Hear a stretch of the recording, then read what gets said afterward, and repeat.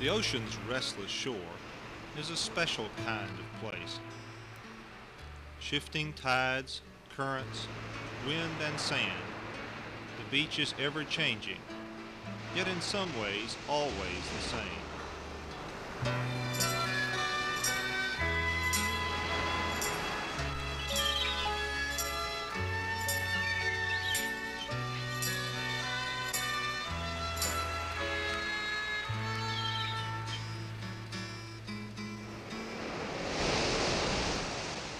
Here, our ancestors came to settle in a new home in a new world. They were constantly reminded of the sea's restless nature and of its awesome power.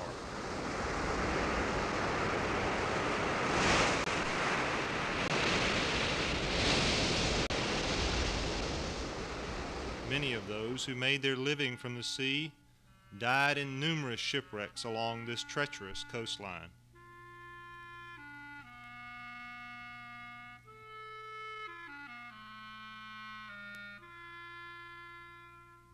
The settlers who came to these shores accepted the whims of the sea they knew they were powerless to change.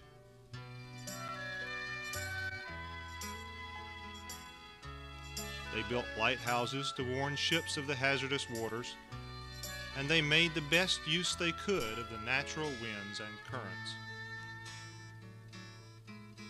In harbors sheltered from the sea, small coastal villages grew and prospered. Some that were important trade centers in the days of sail became stopovers on the intracoastal waterway.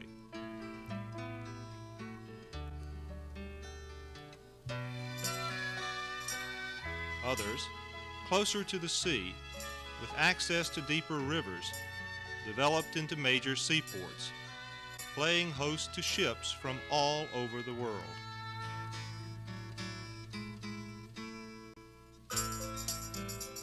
Fishing quickly became a vital industry here, and is still the main support of many small villages along the coast.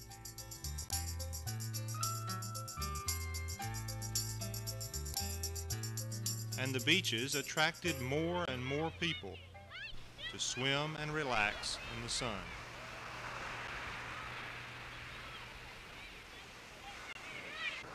So we began crowding these narrow, shifting strips of sand with more and more buildings and roads, assuming that both man and the beach were here to stay. With new technology, we no longer accepted the ocean on its own terms. A new phenomenon came to the beach.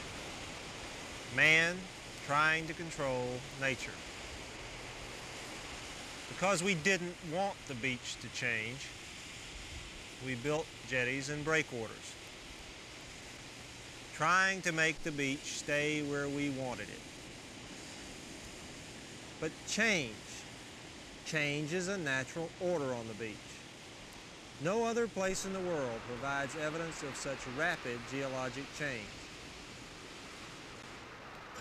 Where rivers enter the sea, great loads of sand and silt are swept along the coast, creating long beaches and barrier islands. Hooks, bars, and shoals are created out of mounds of sand that shift with each change of wind or current. For years, we have fought the slower processes of beach erosion with jetties. But because they alter sand flow along the beach, they often cause more unwanted filling or erosion in other locations, creating more problems than they solve. Inlets, which provide natural channels to the sea, are often tampered with by man. In places where we connect islands with bridges, we are actually building giant sand fences. The resulting sandbars speed up the silting process and can eventually block the inlet.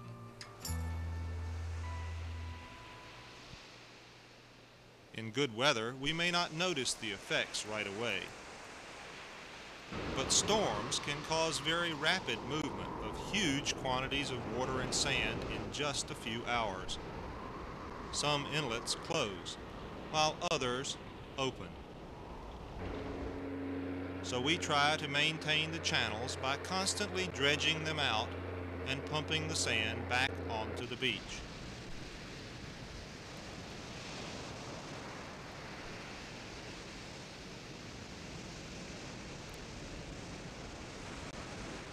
And we build on the dunes, in the dunes, or even where we have removed the dunes. But buildings deflect the wind, changing sand movement on the beach and currents near shore. The result is that when storms approach, our so-called permanent structures are in constant danger of destruction.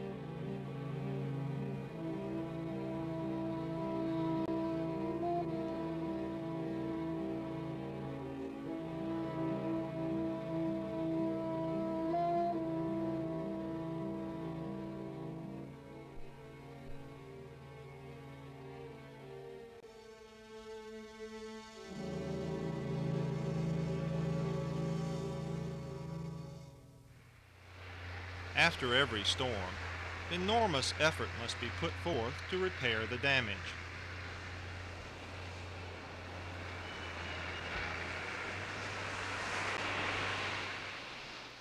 But in the long run, man-made development may turn out to be as destructive as nature's storms.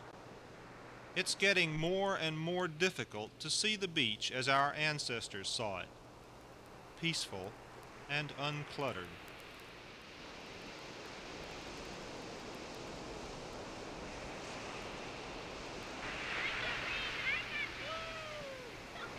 More people each year bring more of everything they use: cars, houses, boats, and trailers. As development increases, everyone loses something. The visitor to the beach may find his way blocked as developers close private property. The taxpayer is asked to pay to undo the result of man's attempts to change nature.